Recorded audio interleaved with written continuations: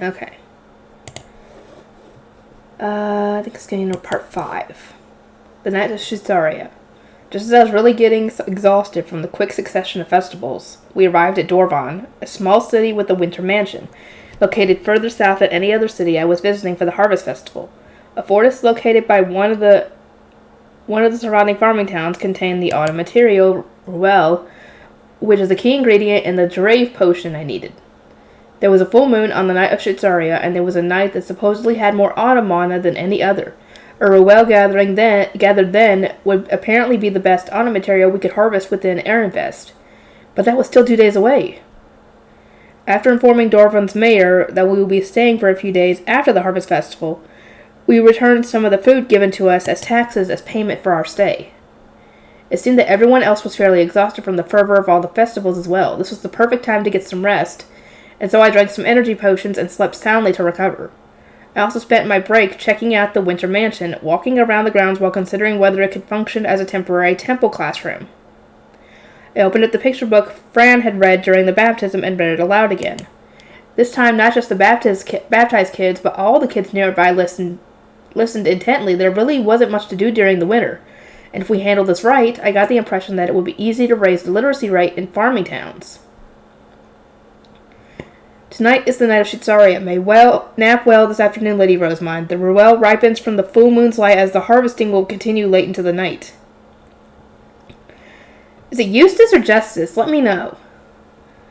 Explained as we ate breakfast together. He, Daniel, and Eckert will be going to look for a Ruel tree after lunch. They would mark it while it was bright outside and then come back and wait for the moon to rise before leaving again with me. Okay, preparing everything sounds like a lot of work, but I trust you to do it well.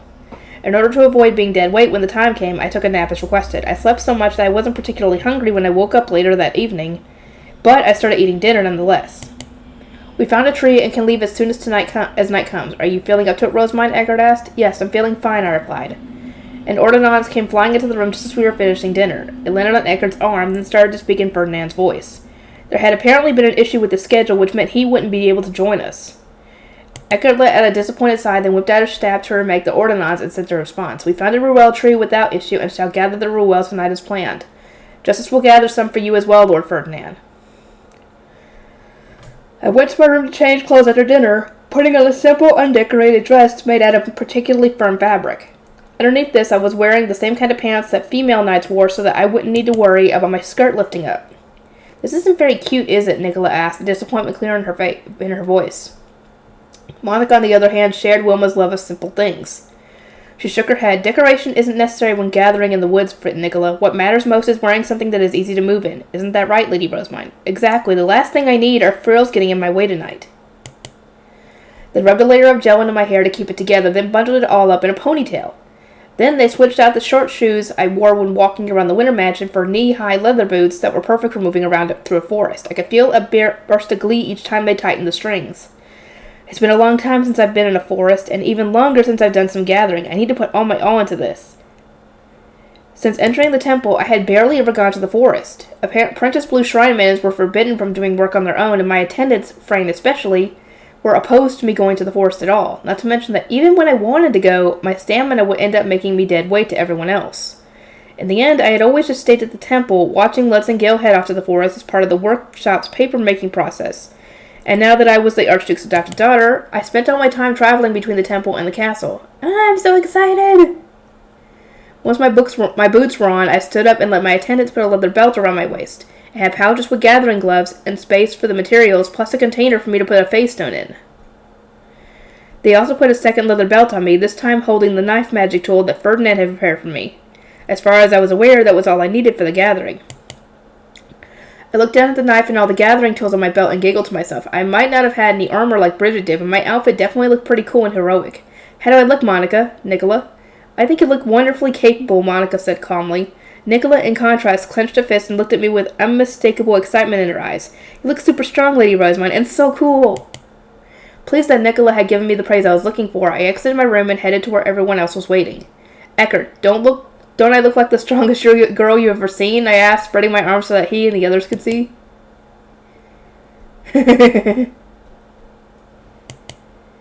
Eckert widened his eyes and shook his head with a very disappointed expression. You must not do anything but gather the Ruel. Understand, he said, as if speaking to a child who always refused to listen. Fine. Once everyone was ready, we went out. I had expected it to be a bit brighter thanks to the full moon, but it was actually pretty dark. I looked up in confusion and saw that the moon was a different color than I had ever seen it before. Is it just me, or is the moon purple right now? I yelped, pointing up at the night sky. I was kind of creeped out by the color, but everyone else simply glanced up without so much as a reaction. It is the night of Shutsaria, Justice said with a shrug. Meanwhile, Eckert was giving me a surprised look. Have you never seen this before, brothers of mine? Never.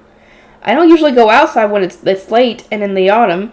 I'm usually bedridden, I explained. But even then, I had lived in this world for 3 years now, and not once had anyone mentioned anything about the moon turning purple. The weather gets much colder after the night of Shutsaria, so it was said to be the day when Abiglave, the god of life's power, finally surpasses that of Shutsaria, the goddess of wind. In contrast, the moon is dyed red on the night of Flutrain at the start of spring. Since that is when the snow begins to melt, it is said to be the day when Flutrain, the goddess of water's power, finally surpasses that of Abiglave, the god of life.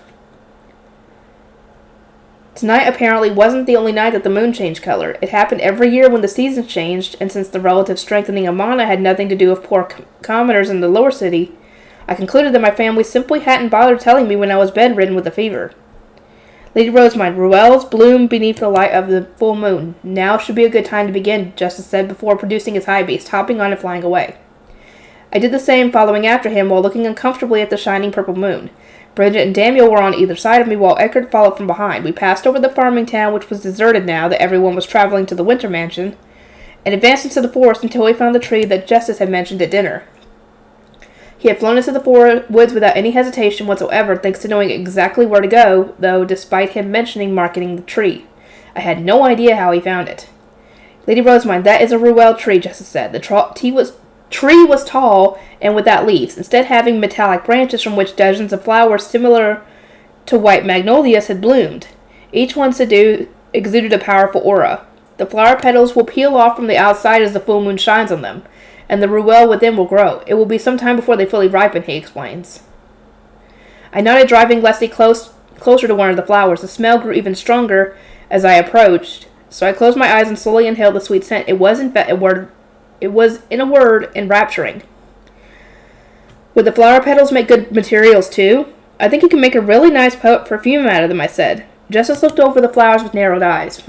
Gotta say, I didn't know Ruelas gave off such a strong smell. The night of Shitsaria might have a different effect on them than other full moons. Heck, let's try it. I'll grab one to take back, he said, sounding more like he was having a conversation with himself than actually answering me. He excitedly pulled out his staff, and after muttering about how these Ruels were nothing like the ones he had seen before, chanted, Messer.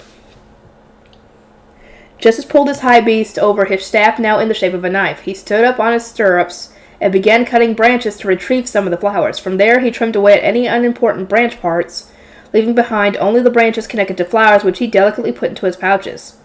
Justice, I want to try that too. Huh? Right. Forgive me, Lady Rosamond, he replied, raising his head with an awkward look before immediately putting on a noble smile. It seemed he had completely forgotten about everyone else, becoming entirely absorbed in his own little hobby. In that case, please fortify your knife with mana and attempt to cut the branches as I did. Okay, I exclaimed, copying Justice and moving to cut a branch with the knife that Ferdinand had given me. It was a bit of a dry run, but I needed to confirm whether I could gather things with my own strength or not. Uh-oh. Here we go, guys. We know she's weak. Here's hoping she can do it. With my knife magic tool in my right hand, I brought Leslie within touching distance of a flower and then leaned out the window. I gripped a thin branch with one hand and pressed the mana-filled knife against it. For a second, my heart pounded with worry over whether or not it would actually cut, but the knife slid through the branch like butter. Wow, it went through so easily, I murmured, looking at the Ruella branch in one hand and the knife magic tool in the other. A knife was very respectable, allowing even someone as weak as me to cut through a branch without using much mana. I'm sure I would have actually been useful in the forest back if I had one of these with me, I thought, discarding the excess branches and putting the gathered flowers into one of my pouches. Whew, looks like you'll do just fine with the gathering, Eckert said, having apparently been a little worried that I wouldn't be able to handle it myself. Lady Rose, my gathering of the fruit will be done the same way. You only need to only cut the branches off so only the fruit remains, Justice explained. Okay, I know what to do now, I said, letting out a sigh of relief. It seemed that I wouldn't have any issues gathering the ruah after all. Oh, the flowers. Having apparently received enough moonlight, the sizable flower petals began to scatter. They peeled off one by one, fluttering away in the breeze and twirling down to the ground like leaves on the wind. The moment they touched the ground, they disappeared as if becoming one with the forest floor, and ephemeral expression of beauty that I couldn't take my eyes off of. The magical sight didn't last long at all. Before I knew it, the petals were all gone, and there wasn't a single flower left on the branches. But there were small purple crystals that looked just like amethyst the size of my little finger, now growing in their place. Those are the Ruel fruit. They grow to be about this big when exposed to a full moon, Justice said, holding his thumb and pointer finger about 10 centimeters apart. His lips then curled into a tight frown as he looked at the Ruel. Pretty sure these were light yellow when I gathered them before. First time I'm seeing them be all purple, he continued, clearly absorbed in his own thoughts. It was easy to tell since his tone had completely changed. Does the fruit change color based on the color of the moon? They just might. I'm going to grab some as well for my report to Lord Ferdinand. That is, if you allow me to do so, Lady Rosamund. If they're for your report and research, then I don't see why not, I replied. Just don't gather them all, I guess. My conversation with Justice on the other side of the Ruel branch was cut short by the sound of grass rustling. Footsteps coming this way. Uh-oh. And not just one or two pairs of footsteps either. The very moment I concluded there might have been dozens upon dozens of them at the least. I saw a group of animals, some looking like large cats, others like squirrels, leap from the bushes and come rushing this way. There were small fluffy animals, not even tall enough to reach Daniel's knees, but their red eyes gleamed eerily in the darkness, immediately removed all notion that they were cute. "Fey beast!" Eckert shouted, whipping out his staff and transforming it into a spear shape before leaping from his descending high beast. Using the momentum from his fall, he thrust his spear through a rabbit-like fey beast that had horns in place of ears. The spear pierced through its stomach and out its back, revealing a glittering jewel stuck into its tip. A second later, the rabbit shape melted and disappeared into nothingness while the jewel was absorbed into the spear. They don't seem very strong at a glance, but there are lots of them. Eliminate every last one. Yes, sir. Daniel and Bridget similarly leaped off their high beasts, whipping out their staffs and transforming them into their preferred weaponry. With one swing after another, they began mowing down the fey beast. "Eckert, there are more coming," I cried. Since I was still riding my high beast high in the air, I could see the fey beast swarming around the tree. There were more gleaming eyes in the bush than I could hope to count, all looking our way with clear malice. A shiver ran down my spine at the sheer hostility in the air. "Rosamund, do not descend from your high beast no matter what. Prioritize the gathering above all else." Surrounding the Ruel tree with their backs to it, the three knights raised their weapons and began cutting down the horde. They swung their spears, knocking some fey beasts aside and stabbing others to death. Some melted away to nothingness, while others lay limp across the ground. Eep! The hordes of fey beasts swarmed the limp ones and quickly began devouring them. Seeing them prioritize eating each other over the armed knights gave me goosebumps. When the horde eventually spread out again, all the limp fey beasts were gone. In their place was a single fey beast, now much larger than the others. "Daniel, always aim for the fey stone, even with the weaker fey beasts. If other fey beasts eat the weaker ones, the fight will only get harder for us," Eckert yelled, which is enough for me to piece together that fey beasts grow from eating fey stones, and the larger fey beast was eating the weaker ones around it to grow even bigger. Upon hearing Eckert's warning, Daniel hurriedly stabbed the larger fey beast with a spear over and over until finally he managed to pierce the fey stone. It seemed that things weren't so easy for him, especially when the fey beast could grow stronger through cannibalism. Above all else, it was clear that he was being pushed much, much harder than Bridget and Eckert. I need to do something, but what? In a panic, I racked my mind for something I could do, but Justice simply shook his head. "There's nothing you can do, Nate, milady." So he said, but I still wanted to help. "Dude, focus on what you have to do, and then go help." I thought as hard as I could, trying not to let the fear of being eaten by fey beasts overwhelm me.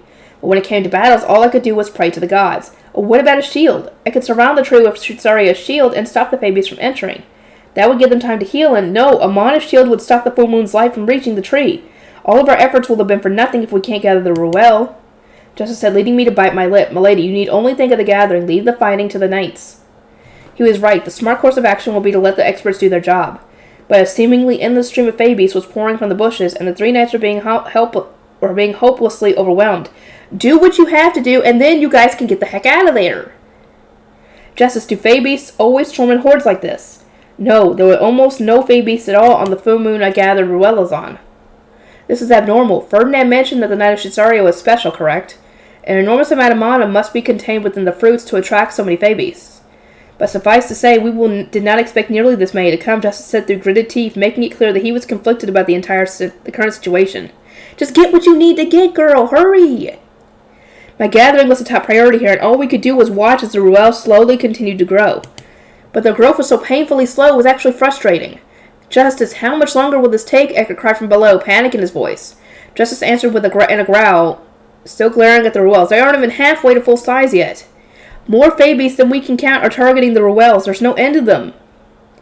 Out of all three knights, Daniel had the least mana and was visibly struggling the most. His shoulders were heaving as he gasped for air. He was probably getting exhausted faster since he had to compensate for his lack of mana with raw physical strength. Justice, if we can't use the shield since it can block mana, then what about a prayer of divine protection? Can I pray to Ongriff, the god of war, and give them a blessing?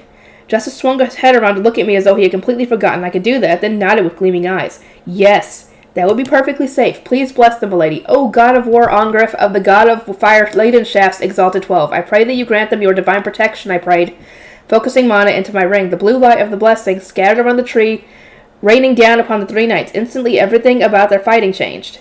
They were moving visibly faster and more nimbly than before, even cutting down more Fae-beasts at once, as though their weapons had become sharper. Lady Rosemine, this divine protection is magnificent, Bridget exclaimed. It was clear from her tone that she was beyond elated, and there was a gleam in her amethyst eyes as she glanced over her surroundings.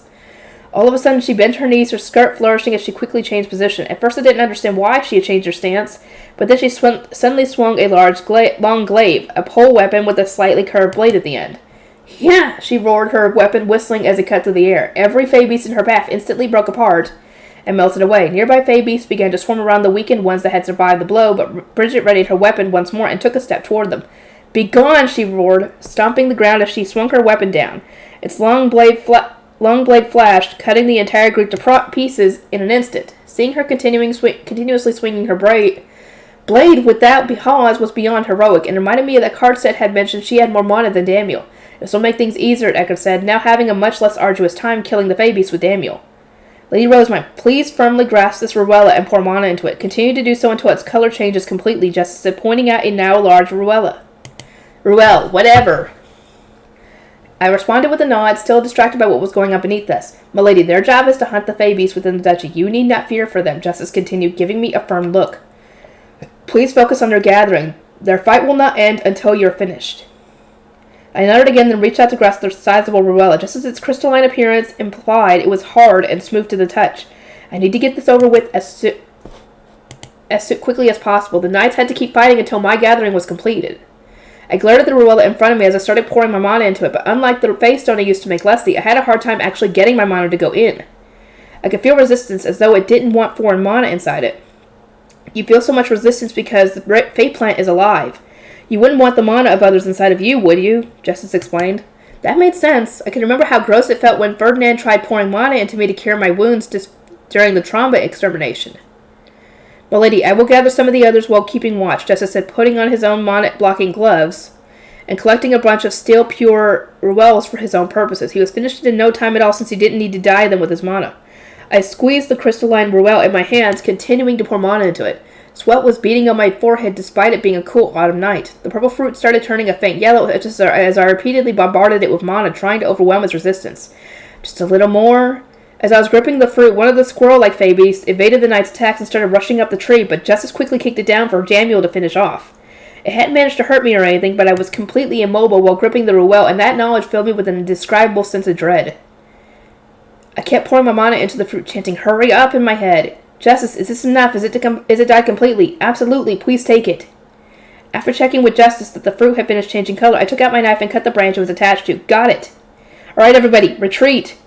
Eckert roared, his voice echoing through the forest. Just as I started to relax a little, there was a loud screech, and a cat-like Fae-beast that had climbed another tree leaped toward me. Its mouth was open so wide it looked like its jaw could dislocate at any moment. With its gleaming teeth bared and its sharp claws protruded, the creature lunged at me. Eep! I defensively crossed my arms in front of my face and closed my eyes tight. Milady! Dang it! Justice whipped the Fae-beast down with his staff. Just as I felt a joke go through my hands, I reflexively opened my eyes and saw the Fae-beast falling to the ground with my Ruel in its mouth. Fuck! My Ruel, I cried, immediately trying to follow it with Leslie, but Justice stopped me with a sharp yell. No, milady, Eckert, get away! Eckert had tried flying after the Fae-beast himself, but before it even touched the ground, it exploded. Or that's what it looked like anyway. Aftermath, great. As it turned out, the Fae-beast hadn't exploded at all. Instead, it had grown more than 10 times its size in an instant, going from being knee-high to towering above us. It was so large, in fact, that I was beneath its head even while flying through the air. It fully eclipsed the moon, casting a shadow over us all. A Goltz? Eckert, who had been racing toward the Fae-beast to retrieve the Ruel, immediately jumped back and got on his high beast. Daniel and Bridget did the same, looking up at the Fae-beast with awe. What's a Goltz? I asked. A higher evolution of a Zanse. But this is my first time actually seeing that evolution happen, Justice said. The cat-like Fae-beasts that had attacked us were apparently called Zonts, and by absorbing mana, it had evolved through multiple forms until eventually becoming a Goltz.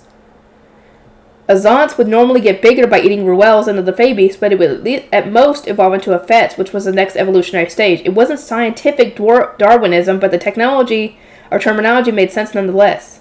This must have happened because it absorbed your mana, milady, but this degree of evolution would normally be unthinkable. The 2-story tall Gulch began to sluggishly move. It opened its enormous mouth wide and began eating all the smaller Fabies around it. Those smaller Fabies were thrown into a panic from the sudden appearance of an overwhelmingly strong Gulch. Some immediately fled, while others tried devouring those around them for even a fraction of extra strength, which quickly descended into chaos. Ordonnance, Justice said, creating an ordonnance to send to Ferdinand an urgent request for help. Lord Ferdinand, Azance has eaten the Ruel filled with Lady Rosemine's mana and evolved into a Gulch. It needs to be exterminated post-haste. I request immediate assistance from the Knight's Order. Listening to Justice's report with gritted teeth, Eckert turned his staff into a sizable dual-handed claymore. Justice looked between him and the blade, then narrowed his eyes. Eckert, can you handle it? I can't say for sure until I try. Due to how sudden the evolution was, the Gulch won't have a proper grasp on its mana and size. If I'm going to attack, it has to be now while it's still slow to move. Eckert glared at the Gulch, not taking his eyes off it for even a second as he poured mana into his claymore. The creature was licking up the smaller Fabies with its massive tongue, wrapping them up and bringing them into its mouth. Eckert flew his high beast over his head, looking down all the while, then swung his blade. Yeah!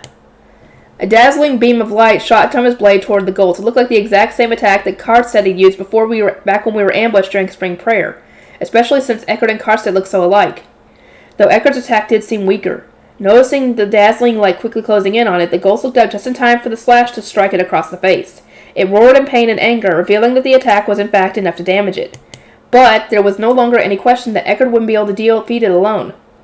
Still encouraged by having done some damage, Eckert swung his claymore once more. The smaller Fabies retreated into the bushes, either afraid of the light or of getting wrapped up in the battle. In the midst of all that, Justice began grabbing Ruella after Ruella, firing off instructions as he did so. Bridget, Daniel, take Lady Rosemine and flee at once. Stand by at the farming town. With Bridget taking the lead, I soared away on my high beast. We passed over the forest and returned to the deserted farming town when we stopped and turned around. Even from there, we could tell that the Gulch was still rampaging thanks to the unnatural shaking of the trees. Well, what do we do now? Beating small Xants was a piece of cake since they posed so little threat, but a Gulch was too much even for an arch-noble knight like Eckert to kill. The problem here was obviously my mana. I only ever used it when I was too mad to think or when I was giving blessings, so I'd never had any opportunity to observe its size from an objective standpoint. Ferdinand had talked a lot about how I needed to learn to control my mana, that I needed to keep myself protected from it since there was so much, and I needed to make sure I didn't pose a threat to the duchy, but I never actually understood what he meant. I hadn't even been able to truly gauge how considerable my mana really was until now. I didn't know my mana could do that to a Fabies. This is all my fault, isn't it? No, Lady Rosemine, it is our fault for failing to protect you, Bridget said flatly, causing Daniel to clutch his stomach out of stress as he gazed into the forest. What should we do now, I asked. We can't just leave the Gulch here. Lady Rosemine, lead this matter to the Knight's Order. This is why it exists, Bridget declared proudly, puffing out her chest ever so slightly, but judging by how ineffective Eckert's attack had been, I wasn't so optimistic. Look, Lady Rosemine, Lord Eckert is returning. Everything should be okay now, she said. And indeed, 2 high beasts maneuvered out of the trees and came flying toward us. It was Justice and Eckert. Just as they reached us, an ordonnance arrived. It landed on Justice's arm and spoke in Ferdinand's voice. I am heading there at once. Raise a rot. We need to deal with the Gulch before it causes any collateral damage. First, Eckert should attack the beast. Should that not be enough to kill it, Rosemine will need to make a reverse shield of wind, forming a cage that the Fabies can't escape from. Rosemine, out of all those present, only you are capable of containing a Fabies that has consumed your mana. The ordonnance repeated Ferdinand's message 3 times, then reverted to its face stone form. Daniel immediately took out his staff and said, Rot, sending a beam of red light shooting up in the sky. Make a cage out of wind? Is such a thing even possible? Eckert murmured. He told me how to do it. I just need to reverse how a wind shield normally works, I said. I guess this is my mana, so I need to clean up the aftermath myself. There was a chance that this situation could happen again during future gathering missions if we encountered another Fabies swarm, or if a phase stone filled with my mana ended up getting taken. So I needed to learn how to deal with this kind of problem sooner rather than later. And in all honesty, I wasn't feeling too nervous about it since Ferdinand had advised me on what to do. This was a problem caused by my mana, and I felt better helping to fix it than just waiting for someone else to do everything for me. Easier said than done, Rosemine. Just how much mana do you think that small body of yours contains? You blessed multiple knights and poured so much into Ariella. How can you ever have enough left to pray to the gods for a shield of wind? It's reckless. Eckert said, dismissively shaking his head. I had more than enough in me to make a shield of wind, but for most people that was apparently reckless to the point of danger. In other words, not many people had been informed of just how much mana I really had. Everyone knew that I had a lot, thanks to the blessings I gave during the baptism ceremonies, but they didn't know exactly how much. That said, I had never compared my mana with anybody else, so I didn't really have a clear reference point either. While I thought about how to respond, Justice crossed his arms and looked at Eckert. Eckert, out of everyone here, Lord Ferdinand knows better than anyone how strong that Fey Beast is now, that it's consumed Lady Rosamund's mana, and we all just heard him say that only she's capable of dealing with it, yeah? What you need to do here is follow Lord Ferdinand's orders and help Lady Rosamund get that Goltz in a wind cage. Eckert shot me a worried look, but quickly shook it off and gave a nod. You're right. I'll do everything I can to help. Rosamund, put away your Fey Beast and save your mana for that windshield. Ride with Bridget. Everyone else will follow on our High Beast and fight off any of the smaller Fey Beasts that try to attack her. Understood? Yes, sir. I turned Leslie back into a Faystone and got onto Bridget's High Beast before returning to the forest where the Goltz was continuing its rampage. It was moving faster than before, likely because it was getting more used to the surplus of mana or how large it was. As soon as we got close, its head snapped in our direction. Two vertically elongated pupils locked onto me before opening wider in a clear show that the Goltz had identified me as prey. Uh-oh. The carnivorous look in its eyes sent a shudder down my spine. As it rushed forward, having identified me as a clump of mana, Eckert knocked it back with a slash and yelled, Rosamund, pray to the gods. O goddess of wind Shitsaria, protector of all, O 12 goddesses reserved by her side, I prayed, pouring mana into my ring as I always did. For a split second, it felt as though the goddess herself was right next to me. I reflexively looked up at the purple moon, goosebumps rising on my arms. I couldn't tell whether it was due to the moon or if something really was nearby, but the flow of mana felt a little different somehow. Please hear my prayer and lend me your divine strength. Grant me your shield of wind so that I might blow away those who mean ill will. I continued picturing a flipped umbrella as I made the wind shield to contain the Goltz, and just as I had envisioned, a translucent amber shield appeared in the air. It even had a similar design on the inside. Now contained within a giant dome, the Goltz charged the shield, only to be knocked back. Everyone let out a sigh of relief, but I clasped my chest. I felt a chunk of my mana get sucked out upon the impact. For a second, I thought it was just my imagining things, but no, my mana was being drained each time the Goltz rampaged around and hit the shield of wind. Rosamund, you don't look so good. Is your mana holding up okay? I'm just fine. It's just... This is a lot different from what I'm used to. I've made a few wind shields before and my mana's never been sucked out each time it was attacked. That's because the Goltz is attacking with mana that your shield cancels out. I would guess that everyone you faced before now simply didn't have that much mana, Eckert replied. I nodded. He was right. The first time I'd used it was during Spring Prayer, when I was fighting farmers, and when I used it to protect everyone at the temple. I hadn't been hit with Ferdinand's mana head-on. My shield simply blocked the stray sparks of mana directed at the toad count. Never had I thought that it would require so much mana to maintain a shield of wind against a strong foe. I gritted my teeth and glared at the Goltz as repeatedly slammed into the shield trying to break through. If I continued draining my mana at this rate, I had no idea whether I could maintain the shield long enough for Ferdinand to get here. Come on soon as you can, Ferdinand. Rosamund, you look sick. Are you out of mana yet? Eckert asked. I still have mana, I replied. It definitely took a lot to maintain the shield amid all the attacks, but the bigger problem for me right now is my concentration. In the past, all I needed to do was make the shield, and that was that, but now I had to stay focused and keep my mana flowing to stop the shield from breaking apart. But I'm fighting an even greater foe than the Goltz right now. An even greater foe? What could that be? Eckert exclaimed. Sleep itself. Exhaustion and the passage of time had coalesced into one of humanity's greatest foes, sleepiness. Although I had napped earlier that evening, we hadn't left the city until long after 7th bell. It was already late in the night when the Ruella started to grow, and I could harvest one, and there had been non-stop conflict ever since. My young body was reaching its limit. On top of that, I was riding with Bridget. She had one arm wrapped around me, and thanks to her softening her breastplate to avoid hurting my head, I had the most incredible boob pillow, enticing me to drift away to sleep. I just want to sleep. Get a grip, Rosamund. Nobody else here is capable of making and maintaining such a large shield. I know that, which is why I'm offering a deal. Anyone, tell me some hilariously fascinating stories to drive away all my sleepiness. I wrenched my drooping eyes open to keep glaring at the Goltz, asking for the night to not just knock down the smaller Fey beasts that occasionally leap toward us, but to keep me awake as well. That's a tall order. Justice is probably the man for the job, what with all the information he has. Take it away, friend. Hold it. I'm good at gathering info, not retelling it. Not to mention, I don't know Lady Rosamund well enough to pick a good story for her. Daniel served her for a long time, so surely he's the man for this job. The two archnobles looked toward Daniel, who paled and shook his head hard. Lady Rosamund is interested in books and libraries. I don't know any stories that could satisfy her, I cried. Justice immediately raised an eyebrow. Libraries? Then shall I regale you with tales of the Royal Academy's library? Yes, please do. Tell me how many books it has, what those books are about, anything. My sleepiness was blown away in an instant. The Royal Academy was a school for noble children that I would be attending when I turned 10, and it had a full-on school library. I wanted to use this opportunity to learn as much as I could about it.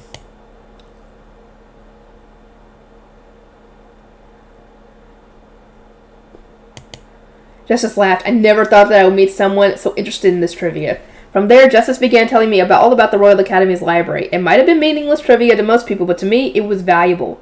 Fascinating information. The year it was built, the number of books it housed, what those books were about, who had donated the most to it, the names and ages of the librarians working within, and finally the forbidden archives. Every single detail set my heart dancing. Apologies for the wait. Just as my desire to head to the Royal Academy was bursting at the seams, Ferdinand arrived. His white lion roared over to where we were, before flapping its wings to stop in place. So that's the Goltz, then. You have done well to keep it trapped there, Rosemine. It must have taken much concentration in Mana. Very well done.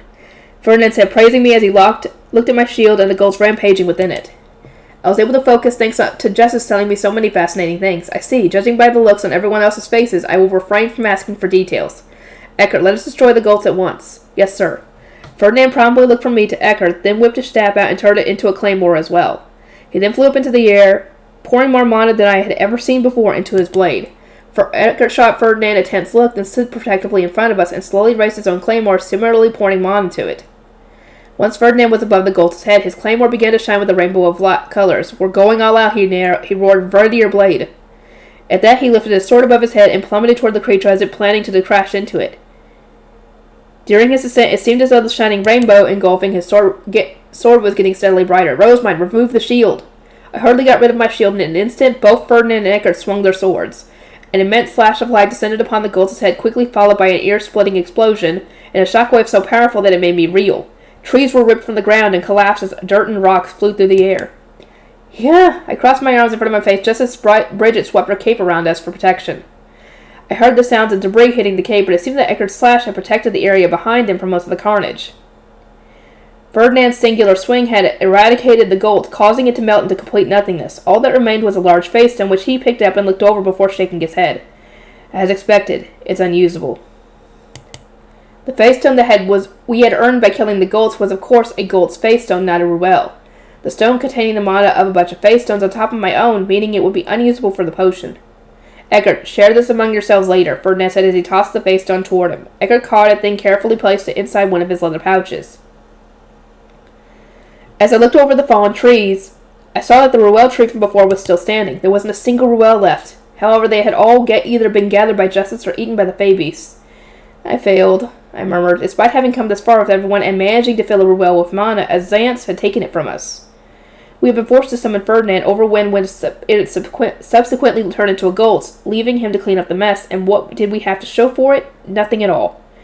I felt a large hand rest upon my head. You are not to blame here. We simply lacked enough information about the Knight of Shisaria. Next year we will be fully prepared for this situation. So do not cry, Ferdinand said.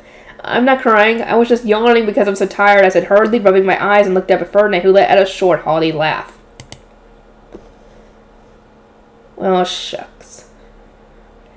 Well, I mean, I couldn't expect it to become a success right off the bat because that would have been a little too easy. Even with the Fey Beast attacks. Still. I mean, they got next year. Anyway, I'll get to work on everything and I will see everybody in the next one.